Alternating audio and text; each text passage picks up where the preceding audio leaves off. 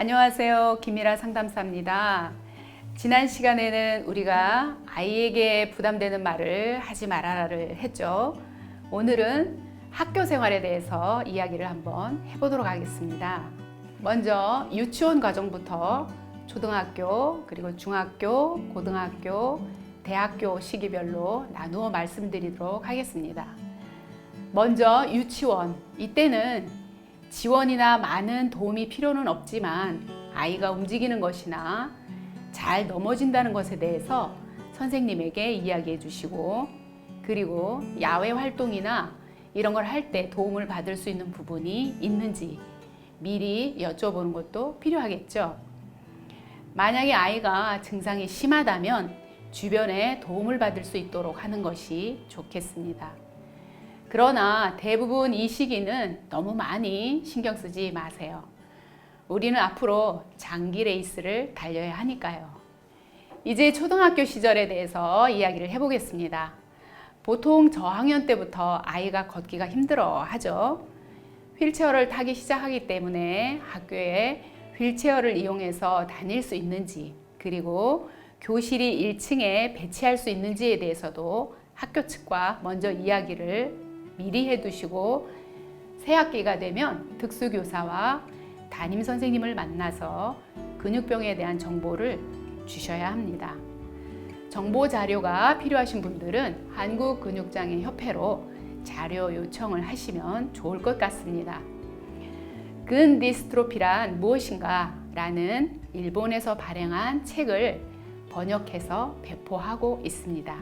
참고하시기 바랍니다. 근육병 특이성으로 인해서 도움을 주어야 할 부분을 명확하게 이야기로 하면 좋을 것 같습니다. 왜냐하면 한 학교에 대부분 근육장애 학생이 1명 정도밖에 없고, 특수교사라 하더라도 근육병에 대해서 모르시는 경우가 많고, 특수교사니까 다 알겠지 이런 생각은 하시는 것보다는 근육병에 관한 자료를 선생님에게 제시하면 보다 효율적인 도움을 받을 수 있고 아이가 학교 생활이 훨씬 원만해지리라 봅니다. 그리고 최근에는 근육장애 학생들이 특수학교로 진학하는 경우는 거의 없고 일반 학교로 진학을 합니다. 네, 우리 아이들이 학교에 입학을 하게 되면 우리 장애 학생을 중심으로 서클처럼 특수교사, 원반교사, 그리고 실무사 선생님, 도우미 학생, 그리고 공익 선생님이 계시죠. 장애 학생이 학교에 입학을 하면 특수교사가 계시는데, 이분의 역할은 학교와 학생, 부모 사이에서 교사 역할, 조력자 역할, 그리고 케어의 중심 역할, 총체적인 담당을 하는 분이라고 보시면 되겠고요. 장애 학생들의 유형별 특성을 고려해서 개별화 교육, IPL 플랜을 짜죠. 그리고 학습에 필요한 모든 도구를 신청해 주시는 분입니다. 학습에 필요한 도구는 보조기기 이런 것들이 있고요. 학교에 요청을 하면 구입할 수 있다는 것도 팁으로 알아두시면 좋을 것 같고요. 부모님들이 모르시는 분도 계세요.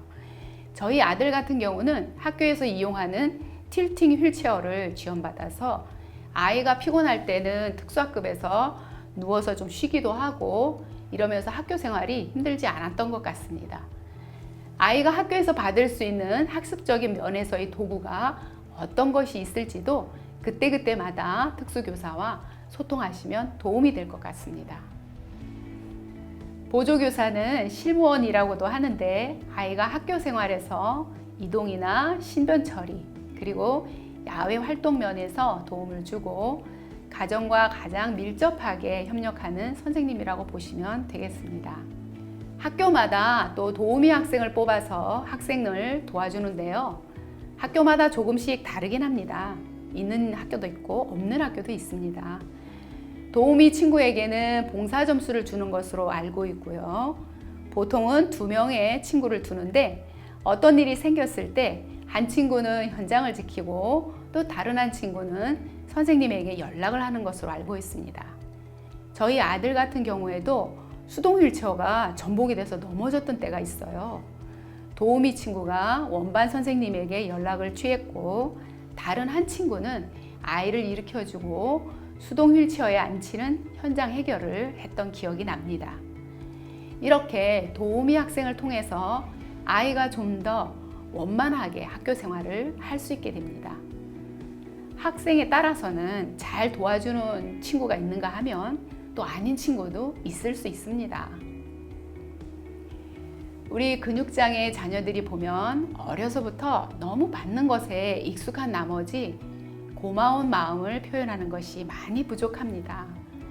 세상에 당연한 것은 없음을 알리고 고마운 마음을 친구들에게 잘 표현할 수 있도록 가정에서 먼저 알려주시면 좋을 것 같습니다. 가끔씩 친구들과 맛있는 것을 사 먹도록 아이에게 용돈을 주는 것도 좋은 방법이겠죠? 친구들과 어울리고 친구들에게도 아이가 고마워하는 법을 익힐 시간을 만들어 주어야 하지만 부모가 모두 나서서 해결하여 지나친 관심과 간섭을 보이면 또래 형성은 물론이고 우정을 방해할 수 있으니 조심해야 합니다. 아이가 교내에서 장애 때문에 겪을 수 있는 어려움과 차별이 생길 수 있습니다. 느림보, 거북이, 장애인, 아이들끼리 놀림이 생길 수 있죠. 부모로서는 당연히 화가 나고 속상하고 불쾌할 수 있지만 아이들 간 생기는 어려움은 아이들끼리 풀어나갈 수 있도록 도와주어야 합니다. 부모로서 담임 선생님에게 장애인 인식 개선 교육 등을 요청하여 반 친구들에게 몸이 불편한 친구와 함께 지내야 하는 일을 자연스럽게 아이들이 이해할 수 있도록 지원해 주세요. 우리 아이들은 충분히 해결할 수 있습니다. 부모님들이 나서서 해결해야 할 일과 아닌 일을 구분할 필요가 있다는 것입니다. 심각한 폭행, 어른들의 차별, 불편한 시설물 등을 개선하고 고쳐서 원활한 학교 생활을 할 수 있도록 뒤에서 도와주셔야 합니다. 자, 그럼 이제 중학교 시기에 대해서 한번 이야기를 해보도록 하겠습니다. 이 시기는 자아가 성립되는 시기인 만큼 부모님이 더욱 친구 관계에 나서기보다는 자녀가 스스로 학교 생활에서 일어나는 문제 해결을 하도록 해 주셔야 합니다. 이 시기에는 친구들과의 관계를 어떻게 하는가가 아주 중요합니다. 신체적인 장애로 인해 친구들과의 관계에서 어려움이 생기기도 합니다. 이런 것들에서 조금은 불편함을 감수하는 방법도 터득을 해야겠죠. 원반 선생님이나 실무사 선생님께서 나서서 해결을 다 하게 되면 친구들로부터 배제 대상이 되기도 하고 친구가 없어지는 경험을 하기도 합니다. 본인이 주도적으로 본인과 관련된 일들을 스스로 해결해 나갈 수 있도록 가정에서도 수시로 지도해 주셔야 합니다. 아이를 믿고 조언, 격려를 해주시는 것이 중학생 자녀에게는 큰 도움이 될 것입니다. 도우미 친구를 통해서만 도움을 받다 보면 근육장애 자녀뿐만 아니라 도우미 친구도 아이를 도와주느라 다른 친구들과의 관계에서 어려움이 있습니다. 자녀에게 이 부분도 이야기를 하시고 도우미 친구뿐만 아니라 다른 친구들에게도 도움을 요청하는 법을 배우게 하고 고마움을 잘 표현하도록 알려주는 것이 좋겠습니다. 고등학교 시기에 대해서 이야기를 나누어 보도록 할 건데요. 자, 고등학교 과정에서 가장 중요한 것은 무엇이라고 생각하세요? 비장애 학생 대부분은 대입과 관련된 학원, 학습에 몰입해 있으므로 장애 학생에게 도움을 준다는 것이 현실적으로 힘들다고 보면 되겠습니다. 공감하시나요? 그러나 그 중에도 도움을 주려는 친구는 또 반드시 있습니다. 그러니 너무 걱정은 안 하셔도 되겠습니다. 자, 이번에는 고등학교 꽃이라 할 수 있는 수학여행에 대해서 이야기를 잠깐 해보겠습니다. 신체가 많이 자유롭지 못한 시기지만 고등학교 때도 수학여행은 꼭 보내시라는 것 말씀드리고 싶습니다. 학생이기에 누릴 수 있는 경험입니다.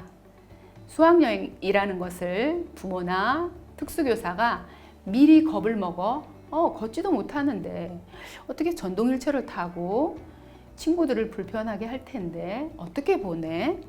라고 미리부터 걱정과 불안이 앞선 나머지 커트시키거나 포기하는 경우가 많은데요. 용기를 내시고 우리 아이들이 그 2박 3일 동안 부모와 떨어져서 친구들과 여행하고 어울리면서 추억을 쌓을 수 있도록 해주시기 바랍니다. 평소 근육장애인 하구를 도와주는 것을 불편하게만 생각했던 친구들에게 가까워지는 경험을 하게 됩니다. 또한 부모를 떠나서 다른 사람들과도 생활을 할 수 있구나. 모두 협심해서 도와주고 문제를 해결해 나가는 과정을 겪으면서 신세계를 경험한다는 것, 그리고 독립에 대한 아주 작은 희망을 경험해 본다는 것을 잊지 않으셨으면 좋겠습니다. 수학여행은 자녀가 함께 참여할 수 있도록 특수교사, 원반교사와 실무사 선생님들과의 소통이 꼭 필요하겠죠.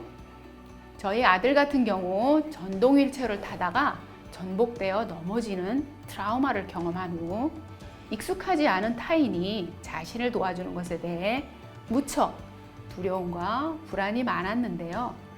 고등학교 특수교사 선생님의 권유로 원반 친구들과 수학여행을 다녀온 이후는 좋은 추억을 만들 수 있었고 엄마 없이도 타인의 도움으로 무언가를 실행할 수 있다는 아주 귀한 경험을 하게 된 계기였습니다. 자, 이제 마지막으로 대학교 시기.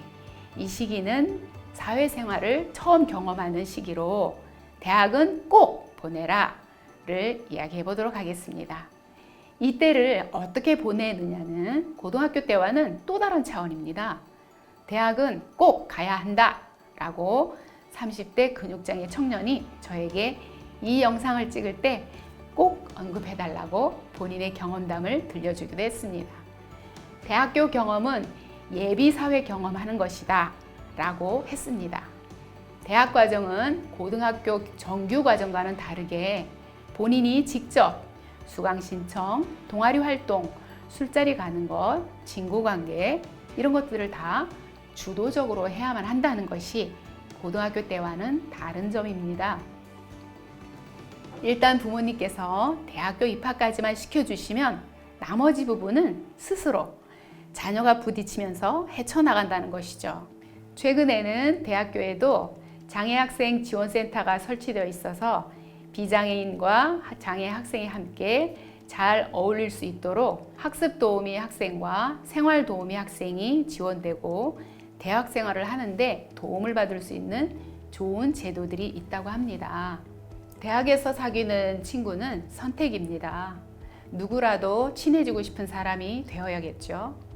요즘 말로 인싸라고 하죠. 따라서 장애가 있기 때문에 친구가 하기 싫은 친구는 없습니다. 다만 친해지고 싶은 사람, 그런 사람이 되기 위해서 자녀들은 작은 사회라는 대학교에서 무던히 노력을 할 것이라고 봅니다.